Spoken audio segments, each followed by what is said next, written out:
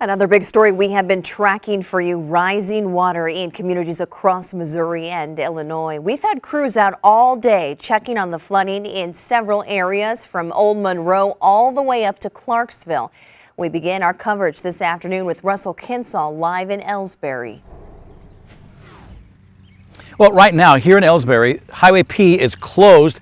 You may be able to see there is water, floodwater from the Mississippi that's across that road and into that field. By the time the river crests here, they expect the water to, over the weekend, they expect the water to come up all the way over here to these railroad tracks. Now these tracks sit up pretty high and they work pretty good as a levee, except for the rocks on them are really porous. So what they do is they put down plastic and they put down sandbags, and the combination of the two does a really good job of keeping the water from getting into the town. Now earlier we were down south on 79 in Old Monroe. There are several homes in Old Monroe that are surrounded by floodwater from the Mississippi. For that town, they've also got to worry about the backup into the Quiver River and the risk it could spill over the levee. But for now, they don't think that's going to happen. For now, the homes appear to be protected from flooding. However, get this, they are still getting water into them. Here's why. The rivers are so high that the water table is also very high, and water in the soil is seeping into the basements of homes. We've been running our pumps now for 24 hours a day, for like at least the last 3 days. The pumps have been going off and on for about 2 weeks. Like I said, we're lucky. Ours is built higher due to the floodplain, but we do still have older houses here in the area that are still susceptible to flooding if that levee was to break. So in Old Monroe, they've actually stopped asking for volunteers, and they're no longer making and putting out sandbags. They've got them there in case they need them to make repairs to the levee. But at this point, it's kind of a just watch and see what happens with the river. A little further north on 79 in Winfield, they're still busy filling sandbags and putting them out in places. Coming up on News 4 at 5, we'll take you out onto the Pin Oak Levee and show you how they're being used.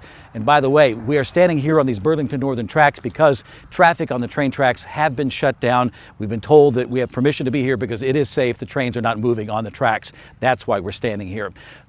Coming up at 5 o'clock, we'll take you to Winfield to show you what's going on there. Live in Ellsbury, Russell Kinsall, News 4.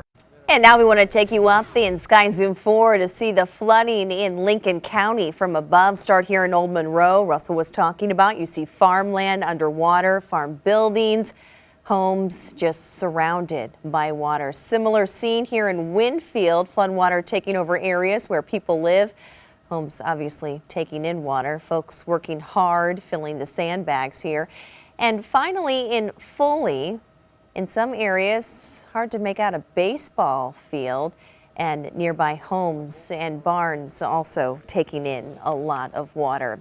About 15 miles north of Ellsbury in Clarksville, which is right on the Mississippi River, News 4's Kristen Cornett found residents there fighting to save homes and businesses. This is Howard Street in downtown Clarksville. You can see the water well up the block here. A lot of these businesses closed, not only because they're waterlogged, but in many cases, people just can't get into Clarksville because of all of the road closings. So huge economic impact. I understand there's about 25 homes of people that have been displaced. So lots going on in Clarksville, and this has been going on around here since March. I want to talk to Margie Greenwell. Margie, you've lived here since 1989. Yes. So you were part of the 93 flood. Yes. Can you tell me a little bit about how that one compares to this one? Well, that one was one of those that we watched every day upriver to see what they were doing, and then they would get on the wall and start building. But you have a lot more help this time, though, right? But this time, we haven't had to do that because we have so much help. We have the female prisoners from Vandalia. We have AmeriCorps here. We have the Army Corps of Engineers here. We have the National Guard here. That makes a huge impact. Talk about the economic impact a little bit, though. Oh, that's devastating. Because it's been a rough year, and we've had some new businesses move in that are just not ever seen anything like this, and it's really hard for the first year for them to see this and not understand it or know what's going to happen. You talked a little bit about how it's hard to sleep at night because of the fears. What are we worried about? You're worried about one of the walls breaching, or coming in or collapsing.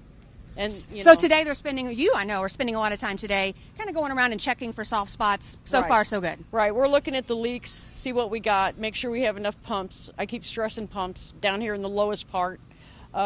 just to check and make sure they're not getting bigger.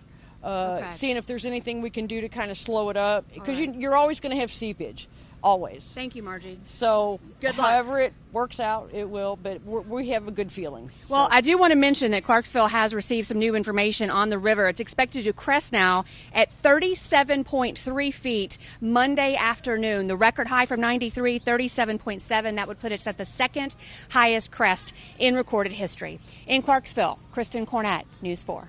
It is not just this part of the state dealing with flooding. Officials issued a mandatory evacuation order for Howard County. You see, that's near Columbia. The Missouri River has topped one levee and another levee is expected to fail soon.